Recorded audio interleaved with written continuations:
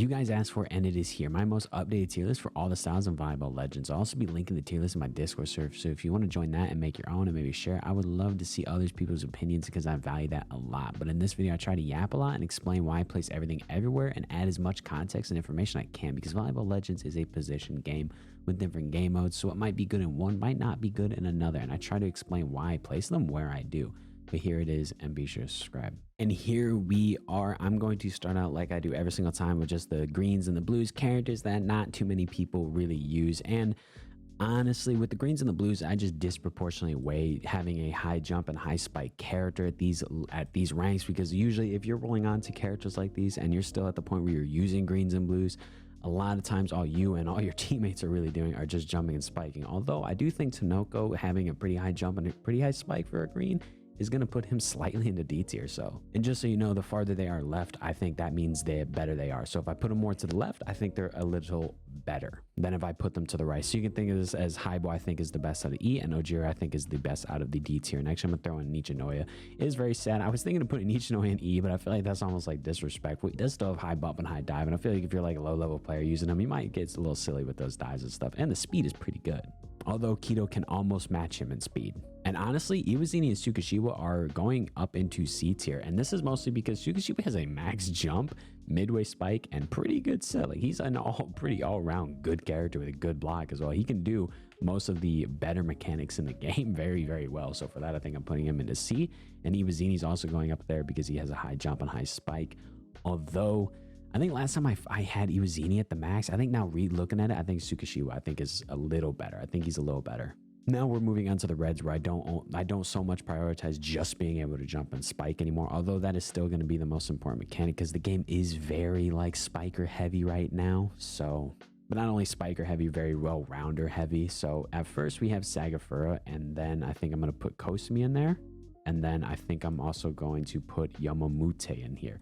Yamamute is going in here because he's by far and away the worst red spiker. And so for that, I'm putting him at all the way at the back of this tier. Kosumi's going in here because he has the midway speed, where I think there's other red tiers like Yabu and Sagafura that have much higher speed. So for that, Kosumi is going to be at here because he can't like Libro nearly as well as those two characters. And actually, while I'm here, I think I might go slot Yabu in at B tier. It's honestly very close to these. It's dependent on what you kind of prioritize a little more. He has max jump and max speed, where this character has max speed and then max or not max, but higher set. So it's like, would you want to give up that much jump for more set? Me personally, not really, because sometimes I feel like that higher set can actually like get you and cause you to do worse a little bit. So for that, I'm gonna put Yabu higher than Sagafur, but I think it's really close. Like, I think Sagafur could, like, you could argue him up into B. I'm just slotting him in at C because I think Yabu's a slightly better version of what he already is. And that is done with C tier, but I'm going to go ahead and slot in now all of the B tiers and actually the rest of the reds, because I don't think any of the reds get into A tier. I think Kuze's close because Kuze is like Bokuto. Kuze, if you look at Kuze's stats, he plays, and if you play Kuze, he plays almost identically to Bokuto. Bokuto is just like a hair better, especially when it comes to his serve and his spike power. He is like a hair better than Kuze, but you almost can't tell the difference between playing Kuze and playing Bokuto, in my opinion, or at least I can, because I just feel like a snail on both.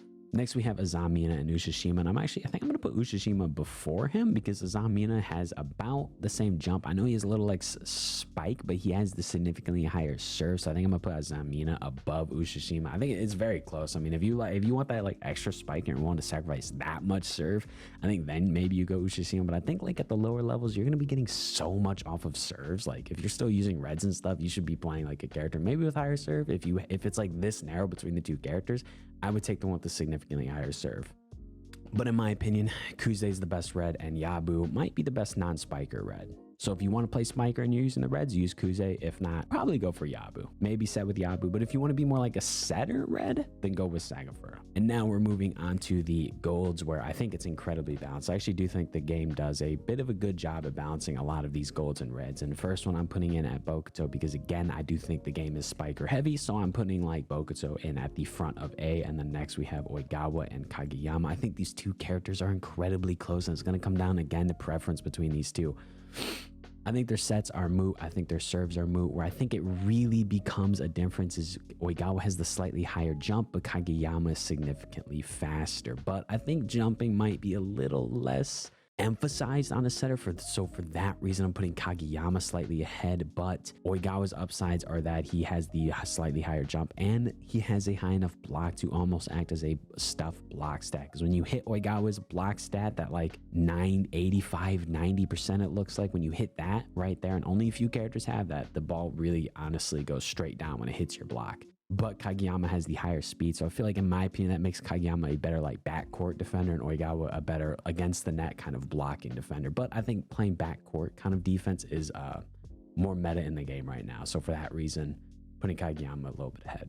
That and speed is a little more emphasized in the game's meta. Like generally, just having a high speed stat is incredibly important.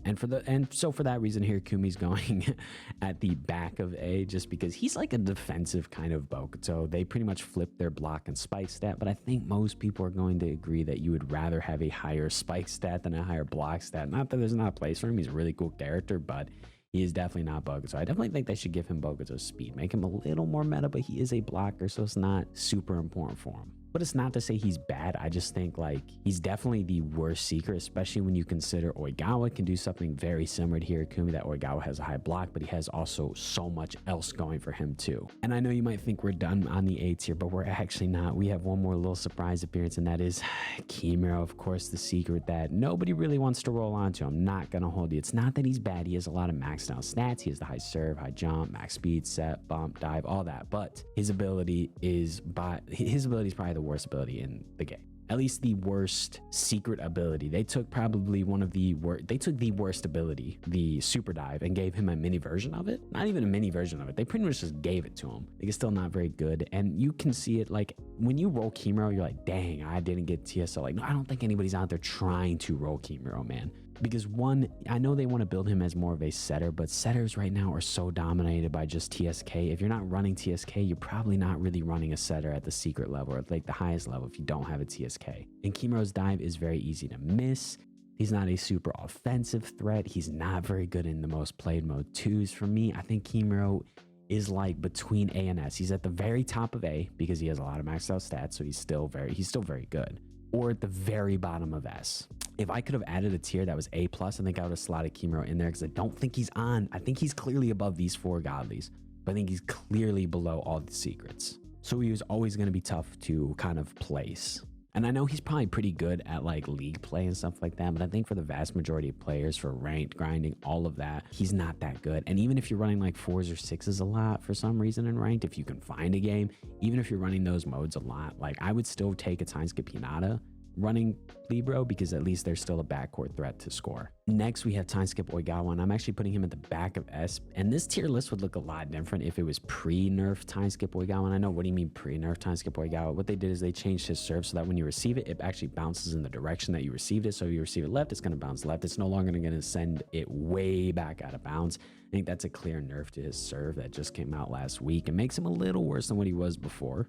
And I already probably wasn't going to place him super high, because his whole ability is serves, and serves can largely get nullified in most game modes outside of 2s and 3s. So he's already just a purely 2s and 3s character for the most part. And now that his serve is nerfed, I think he's a little like worse at that serving. So for that, I'm putting him at the bottom of S. It's not that he's a bad character. He's an incredibly good 3s character, but I think there's 2 other secrets that clear him by far in 3s, being the Miya twins and Hinata, and even, or not in 3s, but in 2s, and even in 2s, I think he might just be on par with Sanu, who's actually the next one I'm putting in. And Sanu, don't get this twisted, even though he is, for me, the only right ahead of Oigawa, I do think there's a gap between Sanu and Oigawa a little bit. I do think Sanu is significantly better, and he did recently get another silent nerf this weekend. Not silent, he got nerfed and then they reverted it, but in effect, he still did get a nerf, because if you don't know, they updated how tilting works. You can now see the direction that your opponent is tilting, and how this disproportionately affects Sanu is that Sanu's whole ability is tilting. It's what made up for his serve being a little bit on the weaker side, is that he could add a tilt in there to kind of like pivot it at the last second. So even though he had a weaker serve, he could still kind of tilt it and get pretty good serves. But now he can't. It's not that he can't do that anymore. It's just a lot more obvious. It's pretty obvious where Sanu's going with his serves now. So I think his serve stat is mostly nullified now, which is a nerf. And even on his spiking on weaker weaker spikers, not weaker spikers, but people who are a little like not as good at spiking, having your tilt now be shown to the enemy is a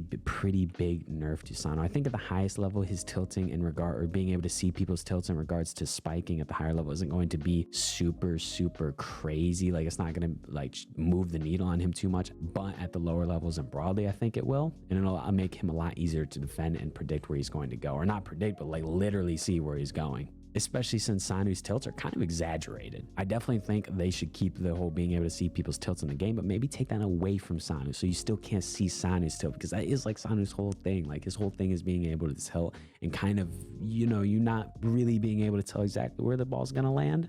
And I think that was part of his strength. I definitely think they should make it so you cannot see Sanu's tilt.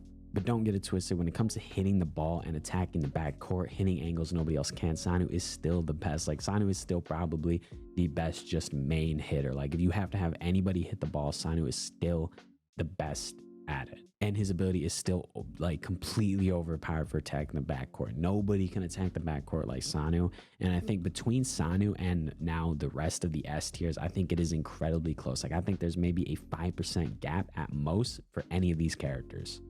Next off, I actually have a two-way tie, and to kind of better resemble that tie, I'm going to put them in like this. I'm going to put the Miya twins, then timeskip Hinata, and then Atsumi, to kind of show that I think these two are tied. I think the Miya twins right now are equal to or greater than timeskip Hinata, where before I think it was the other way. Timeskip Hinata was equal to or greater than.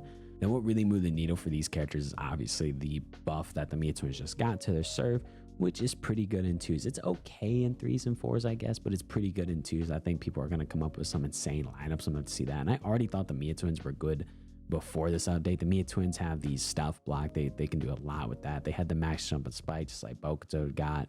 They have the speed to defend backcourt. Again, the block to defend up and against the court. They have the serve. They have the dive. They now have an ability attached to their serve. They have just so much going for them that I think they get ahead of Sanu maybe by a little bit. And then Hinata, I still have him up there because he is the fastest spiker. And I think obviously jump, spike, and speed, I think, are three of the most important stats in the game. And Hinata's got pretty good in all three of them. And his ability now is a lot easier to pop, especially if you have some like text worked around it. So for that, I think I have these all three pretty tied. Like, I think it's very close. I think you can't go wrong with any of these. And I don't want to get it twisted. I'm not considering these two styles separate styles. Like, I'm not saying like Atsamu and Asomu are two different styles. You're supposed to play the Miya twins as if they're one kind of fluent style, switching back and forth to what you need to be doing throughout the game, which is really good in twos. But I think like this tier list, like if you just skip to the end and just look at this right here, you might be like looking at this like me considering these two different styles. Like, I think Asomu by himself is better than Sanu. That's not what I'm saying. I consider these one style because that's how you should be playing them, as if they're one style, swapping back and forth depending on what you need to do. I'm more separating them like this to show that I think they are a tie. Like Hinata and the Miya twins are a tie. And lastly, the setter that makes all other setters fucking irrelevant is timeskip Kageyama. And there's a reason why I'm putting him into S+ tier. Last time I did emphasize that he is the best character in the game, and I stand by that a month later. I think he was the best character when he dropped. I think he's the best character now. And this is mostly because he is better at his position than anybody else is at theirs, right? He is better. He is probably 3 times better than the next best setter, where the best spiker might only be like 5 or 10% better than the second best spiker. That's why timeskip Kageyama is so ahead. Yes, he's not this greatest 2 style, but I think he is so dominant 3s, 4s, 6s, publics, anywhere. If you're playing setter and if you want to play setter, it feels like if you don't have timeskip Kageyama, you can't play setter. That's probably not how it should be. Like timeskip Hinata, if you don't have timeskip Hinata, you can still play spiker. You can still play Sonic. Sonic's still almost just as good, if not just as good or better in some cases. And I think that is very bad. They need to either nerf him more down to earth with other setters, or they need to implement a rival. I think they should implement another permanent secret that is a pure setter like timeskip Kageyama, so someone can rival him. And I know he did suffer some nerfs to his spike, and he did suffer a little bit of a nerf to his set, like a small nerf to his set, but his spike getting nerfed just makes him a worse 2s character, and he already wasn't a great 2s character. And the set to his nerf really doesn't change the fact that his set is still broken. And it's a complete crutch. Like, it almost takes like it doesn't take much skill to use timeskip Kageyama, on top of his set just being overpowered because it zips the ball to them and then floats there,